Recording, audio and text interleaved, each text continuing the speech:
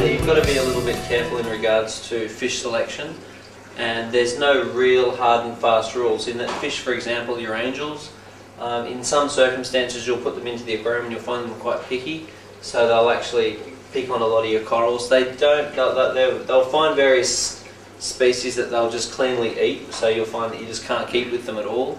So therefore, if you do select a fish like the emperor angel to put into your reef aquarium, you've got to be prepared for the fact that there'll be various corals which you just can't keep at all, and then there'll be various corals that he is likely to harass. So if he starts harassing a type of coral, there's not too much you can do about it. So definitely be prepared for that. Now there's other fish which also, though they don't eat coral, are definitely going to harass other invertebrates you put in the aquarium. Like for example the harlequin tuskfish. Many people assume it's a coral eater, though I can't think of any or many instances where it's actually attacked corals at all. But if you try to put a shrimp in with it, or any other little crustaceans or invertebrates, you'll find that the harlequin tusk will just nail them. So once again, just be really careful with your fish introductions. Other fish are particularly unpredictable. For example, with the clownfish, commonly kept in a reef aquarium, commonly give you no problems whatsoever, but definitely known for attitude. Like this particular guy is on his way out of this tank because he regularly upturns corals. He pretty much doesn't eat them at all. I have heard instances of them attacking corals, but it doesn't seem to be to eat them. It seems to be just to destroy them, maybe for something to do. Now many of the corals, particularly the soft corals, when you first put them into your aquarium, or you relocate them or move them or whatever, you'll find that it takes them a long time to open again. So pretty much the best is go off like a 2 or 3 week rule, whereas you'll put the coral into a position, you'll leave it alone, do not touch it for 2 or 3 weeks. If you find after 2 or 3 weeks it just still isn't opening, it may be worth repositioning it into the aquarium. It's good to get a bit of advice in regards to whether it's getting too much or not enough water flow, but try and change one of the variables, put it in a new position for 2 or 3 weeks, and be really conscious of what corals are around it, because a lot of your corals will send out stinging cells to corals next to them and sting them and cause them not to open. So giving them a 2 or 3 week period of observation, providing they don't seem to be getting stung by anyone else, then start changing variables, so start to relocate the position.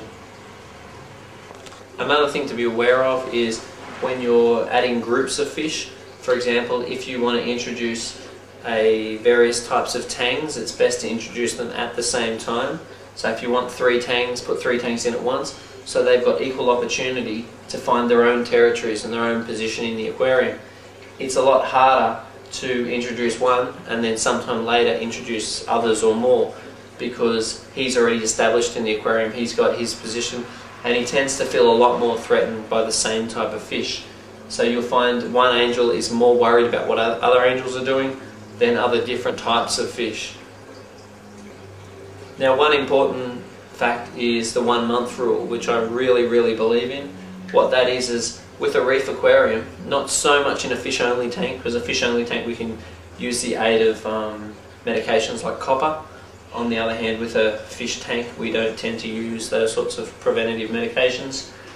Whereas I'll try and enforce the 1 month rule. What the 1 month rule is I'll put a fairly small amount of fish into the aquarium, then under no circumstances will I add any more fish for 1 month. Now what I really believe that does is, number one, allow the aquarium to biologically stabilise, so we enforce that there is enough bacteria for those previous lot before you go introducing a whole new organic load onto the nitrogen cycle. So therefore we're getting much more bacterial stability in the aquarium. We've also got much more pathogen versus antigen stability. Now basically a pathogen is anything capable of making the fish sick, like various parasites like white spot, and an antigen is what the immune system of the fish uses to control that various pathogen. So just like if we go to Bali and we drink barley water, we get sick, but the Balinese don't get sick, because they have got the antigens which controls the pathogens for their native environment. That's what quarantining is all about. So when we introduce a fish to the aquarium, the fish becomes quite stressed. so therefore its immune system is not working properly, because it'll dedicate most of its energy from its immune system into its respiration system with the stress, because that exhausts the respiration system of the fish. So therefore its immune system goes down, it doesn't produce enough antigens. If the antigens are not being produced, the pathogens tend to go crazy, and most of the pathogens tend to have varying life cycles, and the simple crux of the life cycles of the pathogen tends to be the fish is stressed, the pathogen goes out into the environment, the pathogen reduplicates on a hard surface, and every pathogen turns into millions more pathogens. Then they come out in what's called a dinoflagellate phase, so they're actually swimming around the aquarium looking to take on to a new host. Now you find that if the fish that the pathogen meets is a healthy fish that is not stressed with a good immune system, the fish will have a very effective body slime. And what this body slime contains, anti-parasitic agents, which helps to repel the pathogens off them and allows to apply a natural equilibrium within the fish. So therefore the fish doesn't tend to get sick from these pathogens. But on the other hand, if you've just introduced a relatively new fish to the aquarium, which is stressed, which has got a low immune system, its body slime is not being produced, and it doesn't have the allocated antigens to control those pathogens, then that new fish can very easily become sick. And then once it becomes sick, it will start to release its pathogens into the water, and the cycle just gets worse and worse. So once again, if you're going to introduce a new fish into the aquarium, make sure that you have not introduced any new fish into that aquarium for the last month, and therefore the pathogens have gone off into the environment, they've reduplicated, they've come back looking for a new host. Around the 1 week to 2 week mark is when you expect to have a lot of dinoflagellate pathogens in the aquarium looking for the new hosts.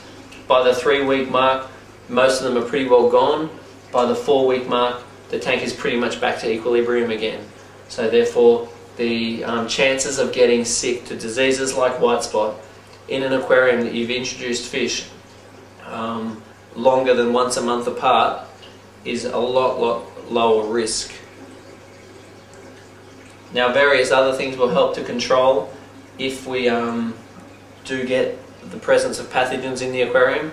Number one is if we do get a little bit of a breakout of white spot, things like dropping the salt level a little bit, and definitely the use of things like UV sterilizers. Now what my impression of Murphy's Law is the worst thing will happen at the worst time. So what I mean by that is the fish will get sick when you just don't have time to deal with it, or when it's the worst time possibly for them to get sick. Now because of that, I'll always keep a little bit of medication on hand with my dose rates already worked out. So therefore if I get a little bit of white spot in a reef tank, I'll put Octazin in straight away, because you find with most diseases or problems with your fish, if you act on them straight away, you tend to really minimise the impact of that problem. So if I get a little bit of white spot, I put in Octazin 3-day course straight away. You find that that just nips it in the butt before it allows to manifest itself. If I see any sorts of bacterial or fungal infections, whether the fish has whacked into a coral, or the fish has had a fight with another fish, or ran into a rock, you'll find that very often they'll get little bacterial infections which start off really being nothing, but in the presence of stress can quite manifest into quite a problem. So I'll use Malefics. Now I've found Malefics to be very effective to control bacterial films over the eyes, any sort of bacterial or fungal problems with the fins or body, and I'll usually apply that on pretty much a 7-day course. So I'm just adding recommended doses every day. Whenever you add any sorts of medications, make sure that you take out any carbon or chemical filtration you've got on the aquarium, and definitely take the cap off the protein skimmer, otherwise it'll just get sucked out. After I'm finished the medication, I'll usually do an average water change.